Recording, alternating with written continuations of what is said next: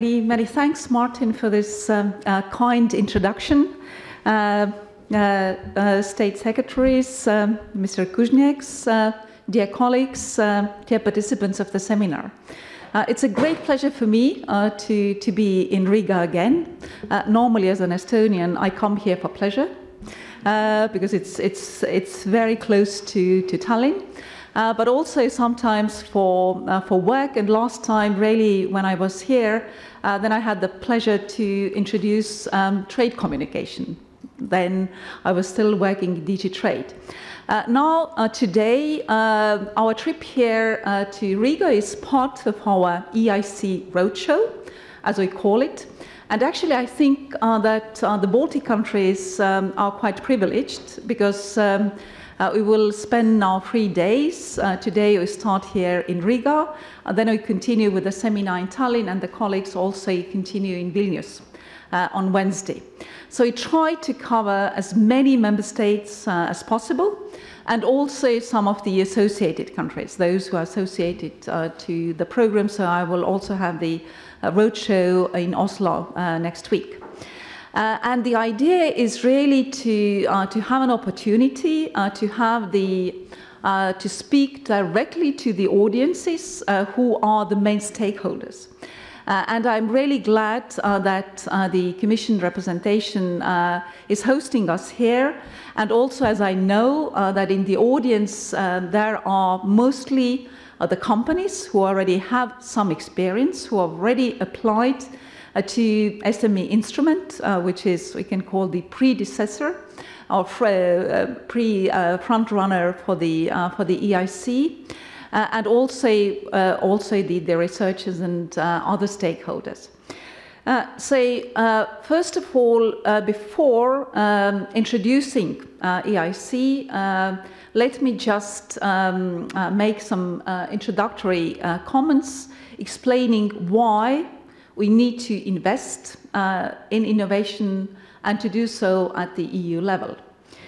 First of all, as we know, innovation is central to Europe's ability to generate new jobs and economic growth, because actually the growth, the major opportunity for the growth lies in the future in research and innovation. Without productivity growth, we won't be able to generate more growth in Europe. And innovation in all of its forms is the main source of productivity growth in advanced economies. And actually, it accounts for an estimated 60 to 80% of total economic growth in recent years. So this is the main reason. This is the first reason. And the second reason is that without research and innovation, we won't find the solutions to the challenges that we have. The challenges that we have in Europe, but also on a global scale, starting from climate change to the health of aging populations, to energy and food security. So that's why we need to continue to invest in research and innovation, and to do so even more than we've done so far.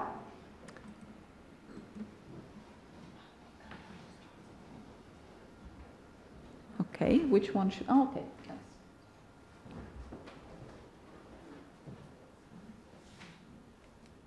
Hmm?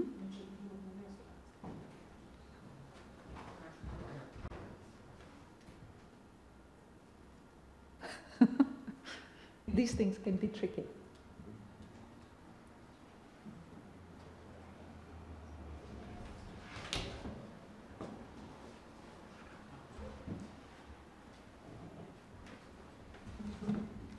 This I've already tried.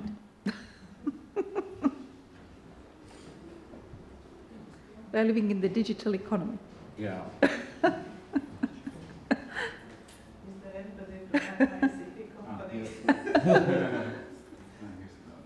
And that's not the next one, I think. Oh, okay, now it works. Okay. Now, actually, but why now we need European Innovation Council? in order to understand that, we need first to study what is actually holding back European innovation.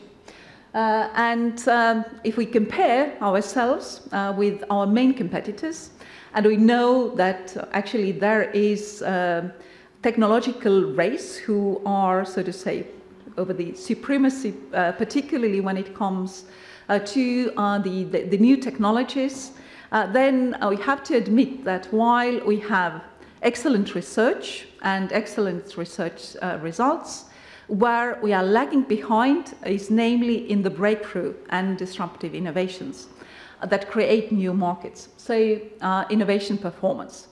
Then we also have the financing gap between R&D grants and private investments, particularly in order to scale up for innovative startups. Also in the introduction, Liga mentioned that very often also Latvian startups go to the Silicon Valley rather than scaling up here in Europe because there is not enough financial means, there is not enough business angels, the banking system is too risk adverse. So these are also the reasons why we need to do something at the EU level. And finally, we also have the various national and local ecosystems, but still they are fragmented when it comes to the European level. And now, just as I said, when we look into the also who has been in the lead in different periods when it comes to breakthrough and disruptive innovation, then we can see that in the past it was the US and the EU who were in the lead. When we look at the first industrial revolution with such innovations like electricity, cars, synthetic chemicals, up to the airplanes, semiconductors and telecoms. Now currently it's rather the US and then complemented by the EU and more also Asia. Because more and more these innovations are based on data. And on the data-based innovations, as we know, it's rather the US who's in the lead when it comes to the GPS, smartphone, internet, digital platforms, social media, the cloud, and now the question is who will be in the lead in the future? And really, we need to make sure that we are not losing out to our competitors. And for that, it's not enough that only the member states invest in innovation, because even the bigger ones are too small. So we really need to do something on the European scale in order to be really ready to compete with now not only with the US, but much more also with China and other Asians. And we know China very often uses also illegal methods in order to actually become more competitive. We have to realize that, and that's why we also need clearly also to invest more in innovation on the European scale. So really in the areas like artificial intelligence, 3D printing, where Europe already has a good basis because we have a very strong manufacturing sector which we need to take advantage also in robotic for instance. But then on the autonomous vehicles, for instance, which are also based on data, quantum computing, well, some people say that this is actually decisive. Who will be in the lead in quantum computing for the future? Graphene, we already have some good results, as well as in the new energy solutions, for instance. hydrogen fuel cells. And I know that also Latvia, for Latvia Energy, is one of the most successful areas for R&D and also for innovation. So this is the first aspect that I mentioned. And the second one is the financing gap. Now, if you look at this graph, you can see the comparison between the red bar, which is the US investments into venture capital, and the blue or purple one of the EU. And as you can see, the gap is actually increasing. As the aftermath of the economic financial crisis in 2009, certainly it was decreasing everywhere, but now the US has really been able to increase it considerably. So this is another reason why we really need to make a very clear effort in order to also provide these opportunities for our companies in terms of being able to invest into high-risk projects, so that our startup companies would not find their way across the Atlantic, but would really have the opportunities for financing here in Europe and also for scaling up here in Europe. Another graph, which is demonstrating the unicorn companies. Unicorn, as you know, refers to any tech startup company that reaches $1 billion market value. And here, as you can see, the US is clearly in the lead, now followed by Asian countries, and then, well, Europe is still too small. And if you also look at these, the companies, as said, well, most of them are actually data-based. So this is clearly one of the areas where we need to catch up. Now it's a bit, well, I hope you can still see the map, which is presenting European tech ecosystem. We actually have, when it comes to the number of startup companies, we have more or less the same number as compared to our main competitors. But as said, then when it comes to scaling up, then the gap is there. Now here you can also see where are the concentration of the tech ecosystems. There is, well, a high concentration in the UK, Netherlands, Belgium, France, but also, well, in Spain, in the Nordic countries, well, particularly in Sweden. Well, I hope there is also a dot in Riga, if you can see that there. But now what is the issue is that there are a lot of hotbeds for startup companies, but in order to actually reach their full potential, they need to work together.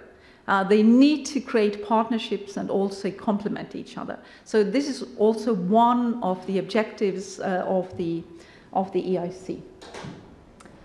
Now, coming to the EIC proper, I'm just wondering whether we can reduce the lights here, perhaps, then we can see the slides better. Is it possible to reduce the lights in front? Oh yeah, now I think you can read it better. Now, when it comes to the European Innovation Council, so far you've used to have many instruments. Those who have been applied to different instruments, the SMEs know that. So also at the EU level, the system has been quite diverse and scattered. Now with the EIC, what we aim to do is to create a one-stop shop. One-stop shop for innovation, so that the innovators know that when you go to the EIC website, then you will be directed to the program that suits you best. You don't need to wait anymore for the calls, because the calls are always open. They are bottom-up without any particular topics. And also what has changed already with the EIC pilot, we come to that, is that now the assessment is not on the basis of how good proposals you write. So it's not on the basis of your paperwork, but it's actually how good teams there are, because you are interviewed in order to ensure that the candidates are suitable, that they are motivated.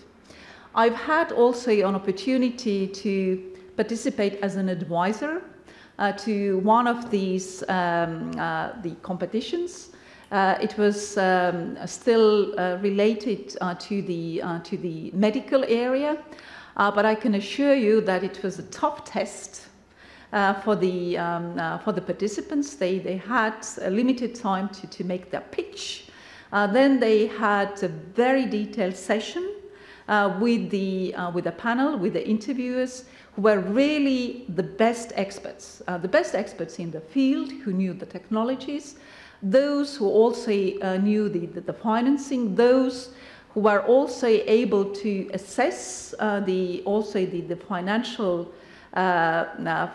readiness of the company, as well as the strength of the teams. So this is something you need to be prepared for, but it really gives an assessment of the team, of the company itself, and also when it comes to the EIC, whether this is really the idea which could be scaled up at the EU level, and in the end also at the global level.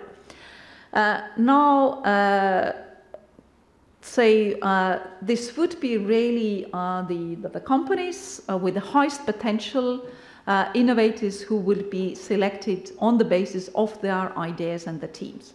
Now, EIC will provide agile funding from idea to investment, and there will be two parts. Later on you will hear even more details about those, but just by means of introduction, Pathfinder grants are meant for advanced research on emerging technologies, and the Pathfinder grants are up to 3 million.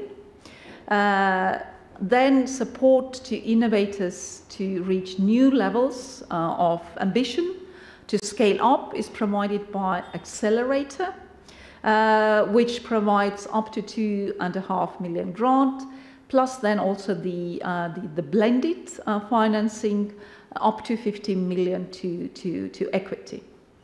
And the idea is actually to crowd in private investment. It's not the idea that the public money will remain there, but actually the idea is really together with the project managers to find also then the private financing in order to come in. So it could be the venture capitals, but also the Invest EU and other means.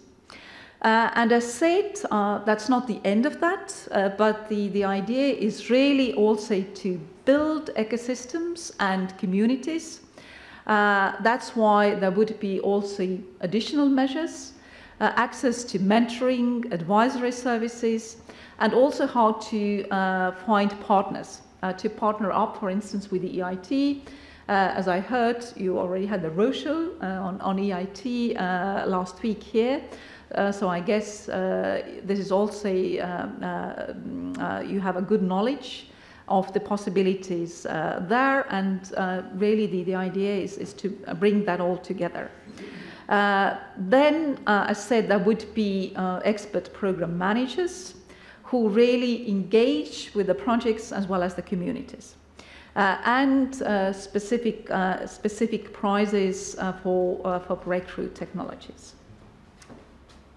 Now, on this slide, you actually see the quote of Commissioner Carlos Moedas, which he really made in 2015 at the time of the Latvian presidency, as Liga mentioned, and he's really been the greatest champion of this EIC.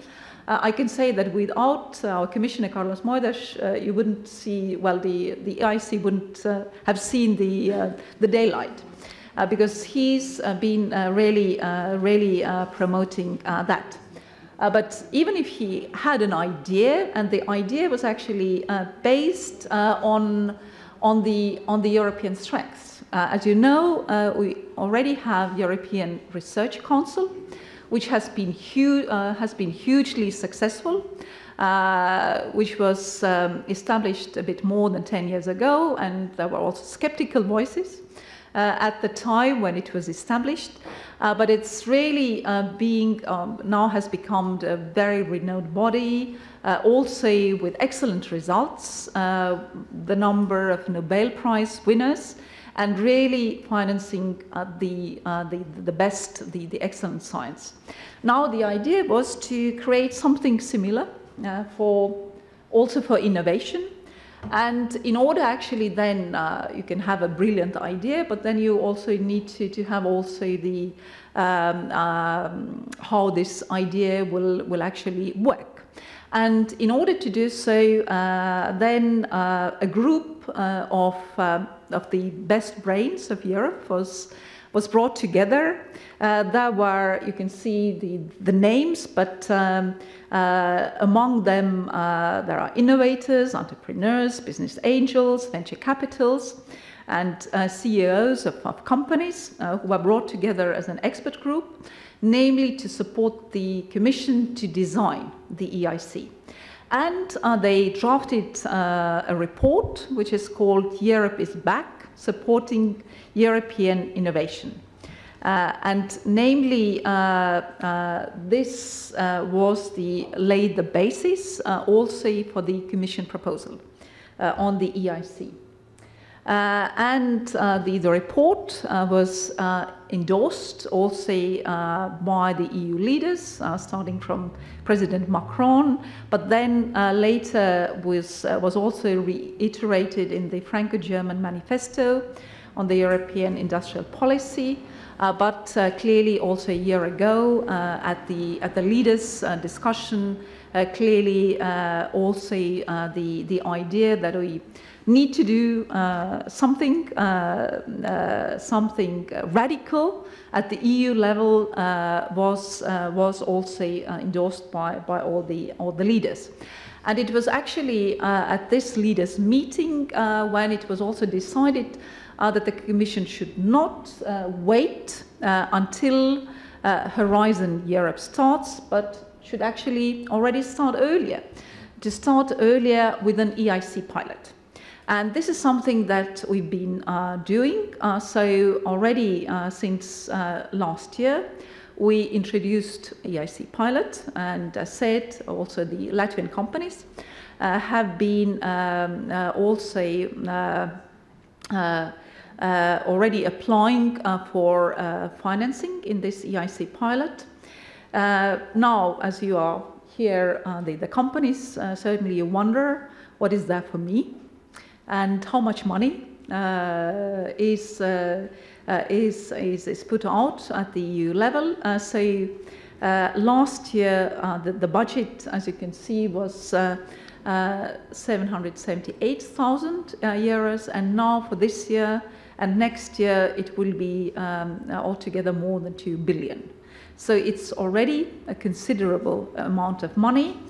And as of this year, we also start already started with the blending finance. So it's not only the grants, but also the blending finance that we've started. Now, as to the success of the Latvian companies, as said, we can see that the SME instrument was the front runner for the EIC pilot. So the statistics that I have is that 13 companies were successful for SME instrument and 3 so far for the EIC pilot. But clearly there is much more potential that you have here. Here in Latvia, but we will discuss later at the panel what more could be done in order to have more successful Latvian companies. Now, just a few more details about now the first phase of EIC pilot, which started, as I said, last year. And the first thing which we did was to bring together then the relevant different instruments. As I said, there have been various instruments so far. So bring together is the main instrument, Fast Track to Innovation, FED, Open and Prizes.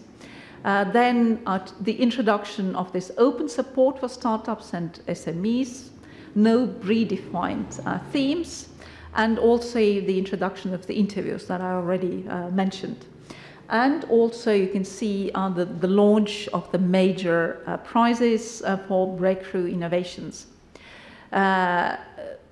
like low-cost space launcher, artificial photosynthesis have been the first ones. What I think is really important for the companies is also the process, that the process is really fast because SMEs don't have time to wait too much.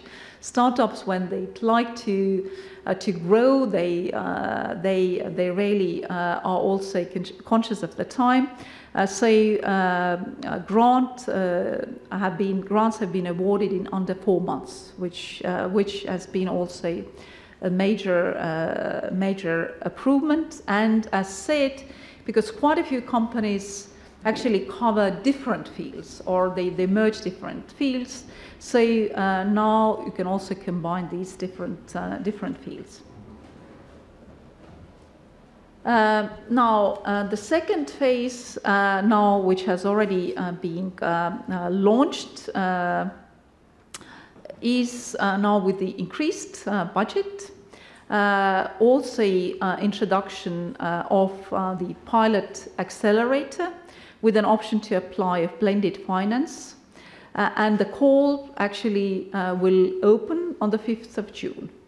That's why I think it's really timely, and for you to know that this is now an opportunity for you.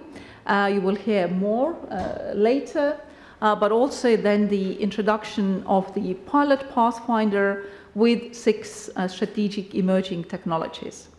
And what I think is also good for you to know that we will also start with the new EIC advisory board, which will bring together leading innovators for ongoing design and implementation. And there is also a call for application, which is open, which was open until the 10th of May. And already the first EIC program managers will be recruited, who will then follow you along the road, so to speak. And finally, the full-fledged EIC will then start as of the new programming period in 2021 with a proposed budget of 10 billion. We will see. We need to see first the results of the budget discussions because the budget has not been agreed yet for any of the new programs. And then there will be the dedicated governance with EIC president and advisory board, also more flexible rules and full accelerator funding.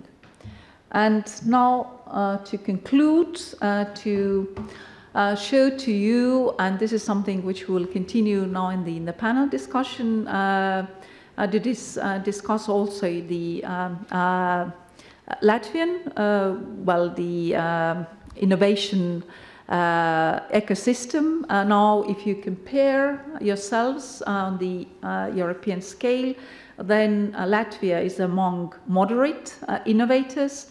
But the good news is that Latvia has actually increased its position as compared between the 2010 and 2017. Its innovation performance has increased by 11%, which I think is really an important achievement. But when it comes to the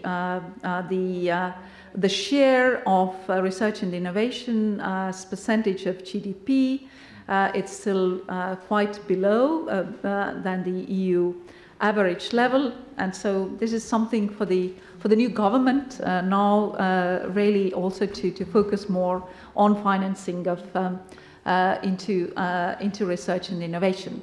What I've understood that currently there are the discussions on the budgets ongoing, and so I really will keep our fingers crossed that you come out positively as a result of these deliberations on the future budget.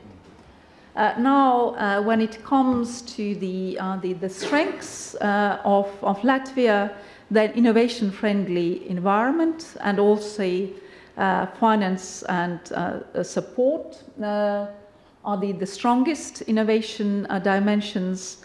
On the other hand, innovators and firm investments are then the weakest. Well, also due to the fact that most of the companies are SMEs, and this is also one of the reasons behind it.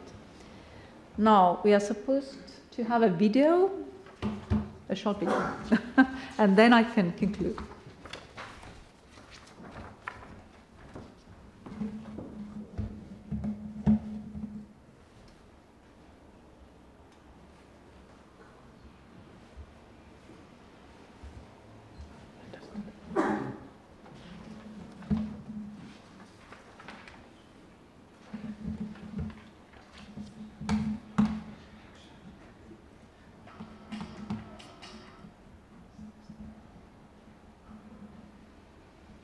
Almost started. Oh, yeah.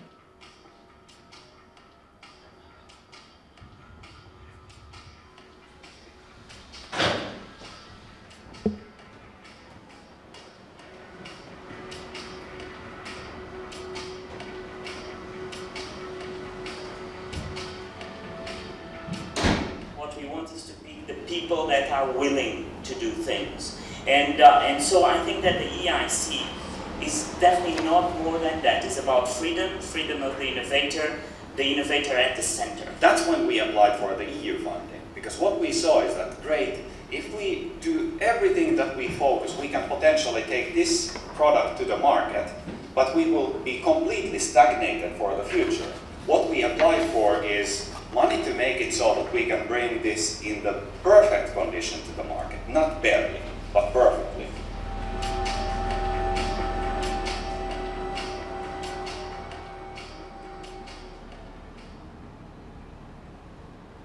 Okay, thank you very much.